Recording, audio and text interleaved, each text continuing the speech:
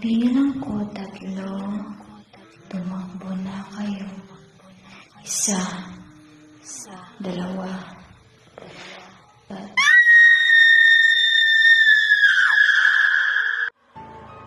Ako ay nakatira mag-isa sa lumang bahay kung saan sa gabi ay hindi ako matahimik. Rinig ang bawat iyak, kalansing ng kadena, yapak at tawanan ni Mawari kung saan nagmumula. 10:00 na ng gabi, ako ay kasalukuyang nakahiga nang may kumatok sa pinto. "Sino yan?" Tanong ko, ngunit walang sumagot. Ilang minuto pa ay may kumatok ulit, at palakas ng palakas na ito. Tumayo ako at di maitago ang kaba habang papalapit sa pinto.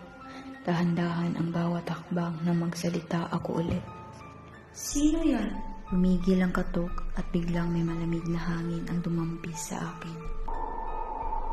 Nilingon ko ang bintana nang makitang nakasarado naman ito. Malambing na boses na mula sa kung saan.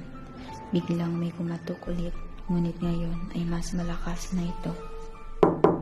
Takot man ay sinubukan kong buksan, ngunit nang pipihitin ko na yung hawakan ng pinto, ay unti-unti itong bumukas. Ako ay napaatras at lalo akong natakot. Sa pagbukas ng pinto ay sumakit ang aking tenga sa napakalakas na sigaw. Napapikit ako hanggang sa mawala ito. Ngunit hindi ko kayang idilat ang mga mata ko sa takot. Isang nakakatakot na boses ang tuluyang nagpaiyak sa akin. "Hindi! Ayoko! Umalis na kayo!" Sigaw ko habang paiyak na sa takot. Ayaw makikita ang ginawa mo, Franz. Ayaw magmasasayan ang mga mukha namin. Ang takot na naramdaman ko ay biglang nawala. Pagkos ako ay napangiti.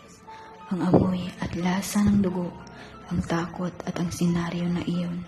Ang bawat iyak at pagmamakaawa ay aking naririnig at nasisilayan.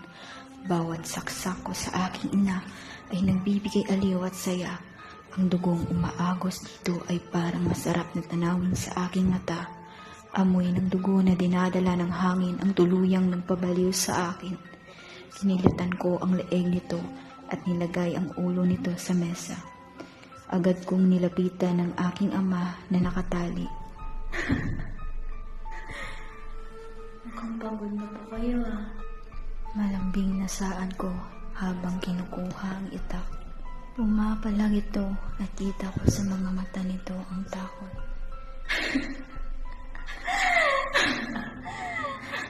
Huwag po kayong mag-alala. Bilisan ko lang po to. Tumawa ako na parang baliw habang unti-unting pinuputol ang bawat parte ng katawan niya. Sa bawat sigaw ay parang musika sa aking tenga. Ang sarap ng lasa at amoy ng dugo. Tanging nasambit ko sa kawalan habang inilalagay ang putol na katawan nito sa mesa, kung saan ang ulo ng aking ina ay nakapatong rin. Nangig ko ang iyakan ng aking mga kapatid. Ano kaya kapag mas bata?